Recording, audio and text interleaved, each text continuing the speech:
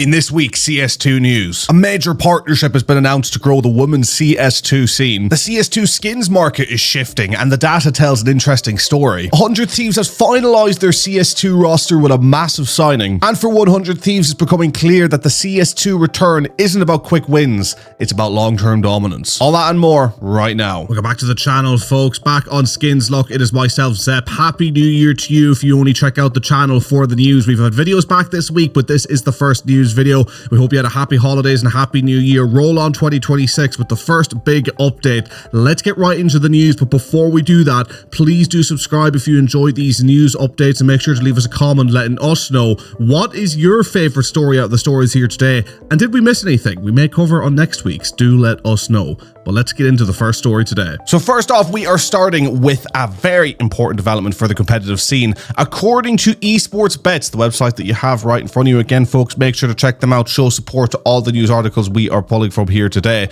But according to them, Brace for Impact has partnered with the ESL Faceit Group to help expand and strengthen the women's CS2 ecosystem, which I'm delighted about because we have spoken about the women's CS2 ecosystem a couple of times before here on these news updates, and I myself have a history in the past of working to try and help boost the women scenes in competitive esports. I worked alongside with, as a caster at least, for the WXC, which was an all-women's league running in Call of Duty, and I've also casted some other all-women's projects going on over there, so I'm very much passionate about this and glad to see something like this happening. The partnership aims to create more structured opportunities for women in Counter-Strike 2, including tournaments, pathways to professional play, and long-term support systems. Brace for Impact has already been active in advocating for women in esports, and aligning with ESL Faceit Group gives this initiative a real infrastructure and stability. And folks, it has to be said, like, this really matters because the biggest barriers in women's CS, and I think, you know, women's esports in general, is always about sustainability. When you're starting something that's going to start off smaller, sustainability is the key factor, and it's a very, very simple thing in concept to talk about, but a very, very tough barrier to break through. So, you know, you can't just have one-off events. It has to be constant competition, visibility, and progression. So look, if this partnership delivers on what's being outlined, it could help close the gap between grassroots women's CS and the top tier ecosystem. Next up, we're going to talk about the Counter-Strike 2 skins market. So Ion Annapolis has released a breakdown of the current CS2 skin market trends, and it paints a picture of a maturing but volatile economy. The article highlights increased price stabilization among high tier skins, while mid-tier items are seeing more fluctuation based on tournament results, updates, and market sentiment. One key point is that player behavior has shifted. More users are holding long-term rather than flipping quickly, which suggests growing confidence in CS2's future. Very important to know this if you're trading or just holding skins casually. The CS2 economy is moving away from fast speculation and more toward long-term value, similar to what we saw late in CSGO's life cycle. So I mean, it kind of at least sounds to me as someone who, again, is you know, on the surface level of this stuff, knows a little bit about, you know, stocks, crypto, CS2 market, whatever it may be, that the value is shifting in CS to something that feels a little bit more like a stock, like a portfolio. You're holding on to it, right? You're not going in to flip to make a profit. You're going in because you're seeing such value in holding the worth of the asset, such confidence in the asset, that the asset will be directly linked to worth in something that you have. So it makes sense to hold. But with that being said, volatility,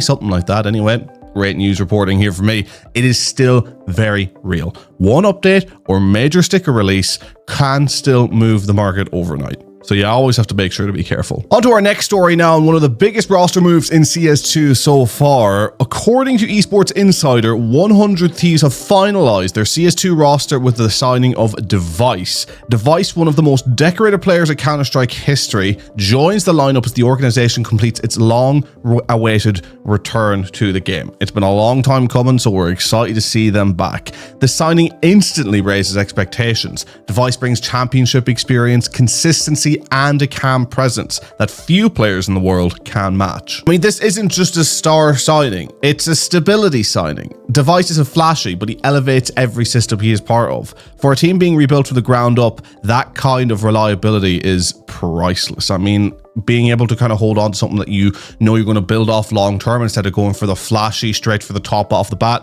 No, They're building something to last. They're building something to be sustainable. So this is all great news. And that kind of feeds well into our final story, folks. Esports.net argues that 100 Thieves' CS2 return is focused on long-term success, not short-term results. Rather than rushing into the scene with a patched-together roster, the organization has prioritized leadership, structure, and identity. The article points out that this approach mirrors successful rebuilds we've seen in other esports, where patience ultimately leads to sustainable success. This is the opposite of a win now project. And again, I've seen 100 Thieves in the Call of Duty side of things, and you look at the rosters that they put together there, and it does give you a little bit of like, damn, this team's going straight for the top straight away.